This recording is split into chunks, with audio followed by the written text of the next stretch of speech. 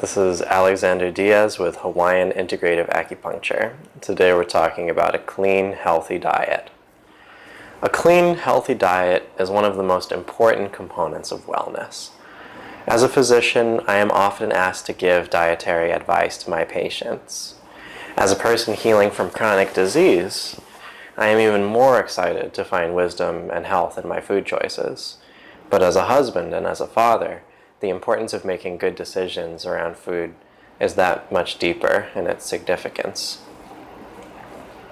Over 17 years of experimenting, I have found a diet that works best for me.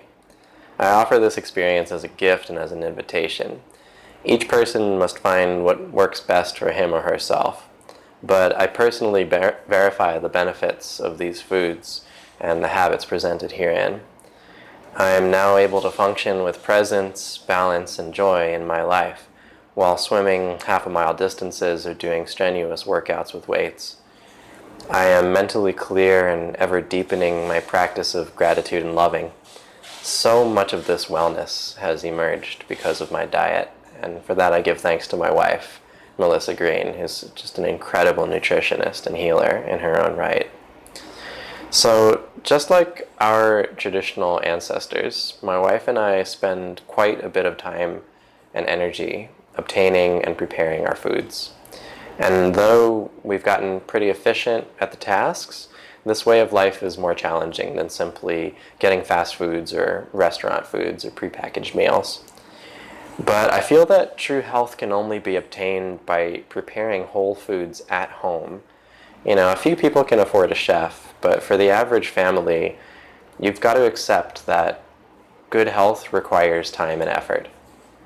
And when done correctly, wholesome food preparation earns you a much greater quality at a far lower price than the other options. So we source our foods from a number of locations. The farmers market provides us with quite a lot of it. We also have some food co-ops where we get other things. And we have some friends with whom we trade or barter.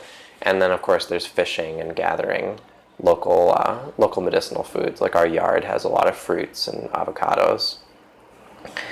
And so our cuisine at this point is about 90% locally grown. Most of it is unprepared when we get it, which means that we have to chop it, defrost it, cook it ourselves.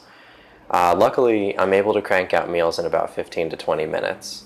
That happened after practice, and my wife is tremendous in making us healthy foods.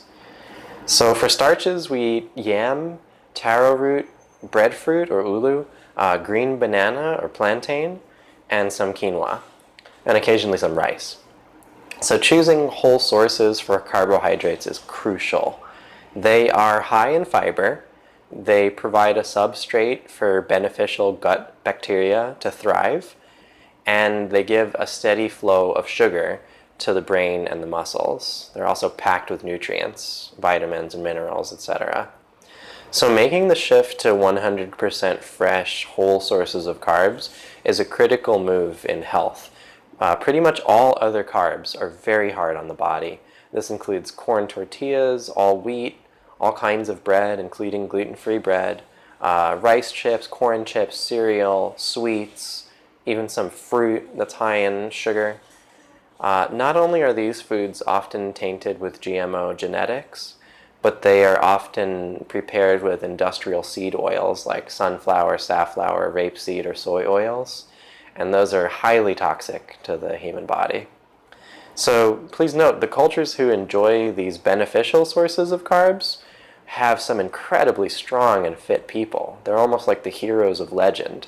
This includes the Polynesians, the Dominicans, the Cubans, a lot of people from the South Seas Islands. They're very vital people. Their jaw and teeth development, their musculature, their stamina are light years ahead of those people's counterparts in industrial societies who are typically eating things like bread. So whole, fresh carbs are the only sugar that we eat. I don't eat honey or agave, cane sugar, etc. because when I do, my body becomes itchy. These sugars actually promote a yeast and fungal and bacterial overgrowth, which has a lot of negative symptoms downstream. And a lot of people, like myself, get irritable bowel syndrome if they eat excessive sugars, because what happens is the bacteria grow tremendously and then they die off, and then there's a lot of toxins to get rid of that the bowel feels urgent and inflamed to get rid of them.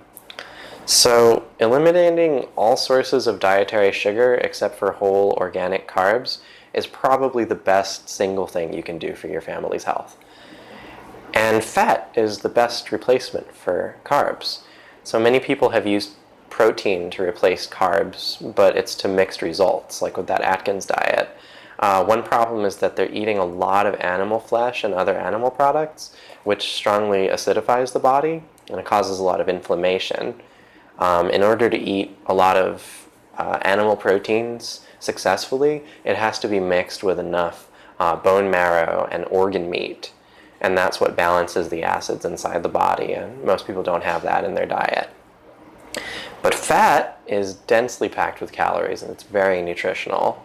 And moreover, when fats are produced and stored correctly, meaning not exposed to oxygen or light, they have a major cleansing effect to the cardiovascular system, nourishing impact on joints and tissues, and a huge benefit to the brain and the nervous system, which need a lot of fat to coat them to function well. And so my family, we eat coconut oil, olive oil, butter, clarified butter or ghee, bacon grease, and beef tallow, as well as the fatty parts of the meat and fish that we enjoy. And also every week I purchase a bag of organic beef bones, and my wife makes us this bone broth, and then we skim off the top of the bone broth. That gives us our beef tallow to cook in, which is delicious. These peerless medicines are full of marrow, and they balance the potential toxicity and acidity from the fair amount of flesh meat that we consume. And so for meats, we enjoy canned sardines and mussels, which are great sources of EPA and fish oil. And I fish for small and medium fish with my spear gun.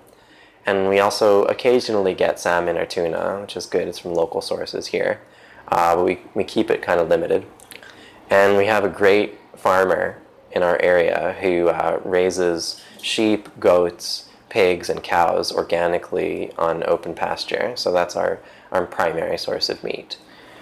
And the only dairy we eat right now is a local goat cheese and some pasture-raised butter. And so for vegetables, my basic cost analysis here at the farmer's market is it's $2 for one bundle of vegetables. So I just budget around $28 per week, and my wife and I, and of course our daughter, each eat our big fair share of green leafy vegetables every day.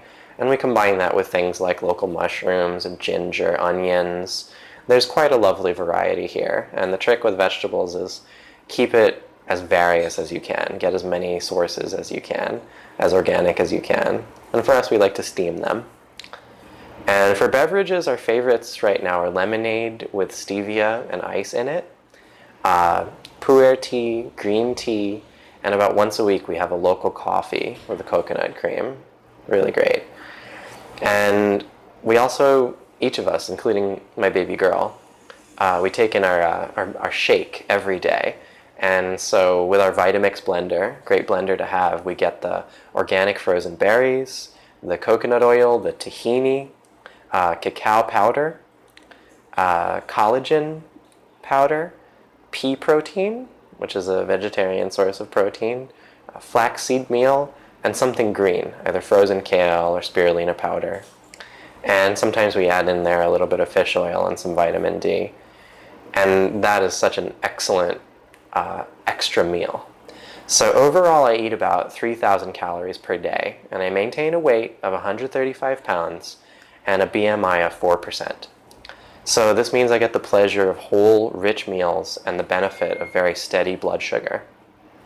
Steady blood sugar means a steady mentality, balanced adrenals, and increased cognitive capacity. So some aspects of this diet seem at first unfortunate. We are unable to eat at most restaurants. We are unable to eat most packaged foods.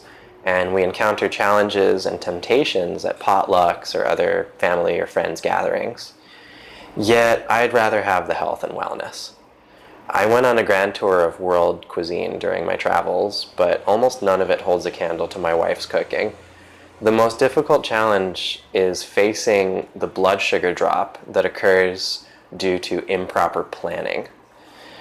So when my blood sugar drops, like if I haven't had a meal within the right amount of time, my decision making suffers. And that's when I'll go for the rice chips or the corn chips, or eat the sweets, or go to a local restaurant and just order whatever and scarf it down. And then I get sick, I have diarrhea for days, I'm in a bad mood, I get headaches. On the bright side, my body is well enough to want to vent those toxins as quick as it receives them. But on the dark side, it's real discomfort and unwellness, and it lasts a long time. And moments of being unwell sort of catalyze and lead to other moments of being unwell, in a sort of manifesting cycle. So my strategy is just to bring my lunch bag. It's a cooler bag with an ice pack in it, and I always carry leftovers from our dinner last night and my smoothie. And when I get home, say if I get home before dinner, I just make something quick for myself. The trick is never feel like you're starving. For until you get your blood sugar really regular and your emotions and your exercise really regular, I wouldn't recommend any kind of fasting. I'd just say keep your blood sugar lovely and steady with these good inputs. It's one of the best things you can do for your adrenaline, for your thyroid, for your inflammation, for so much else. And so also we scout out in the local area, the nice restaurants where we can get clean food or make a special order. And the little supermarket where you can get something clean, at least. So that helps a lot. The average meal costs my family $7 per person. So it does add up, but if we calculate it out, it costs about the same as would getting meals at fast food places. And it took some time to learn where the good deals are and from whom we can source the highest quality foods. It took more time to integrate our systems, but I can speak from experience when I say that creating this type of meal planning is hugely beneficial to the wellness of my family. And the most important but intangible benefit of a healthy diet is in your consciousness. The way food was raised, the love in its preparation, all impart waveforms of spirit. And when we eat clean foods on time, in a space of peace, we derive benefit in the soul. I sincerely hope that all people can enjoy healthy foods and can put the energy they derive from this abundance back into the living earth, nourishing our systems of habitat and organic agriculture and helping provide healthy nutrition for the healing of others. Please like and subscribe for the video, and if you subscribe to my newsletter, where there's a link below, you get a free copy of my ebook, The Path of Man, How to Be a Hero. Thanks so much, and blessings and mahalo to everyone.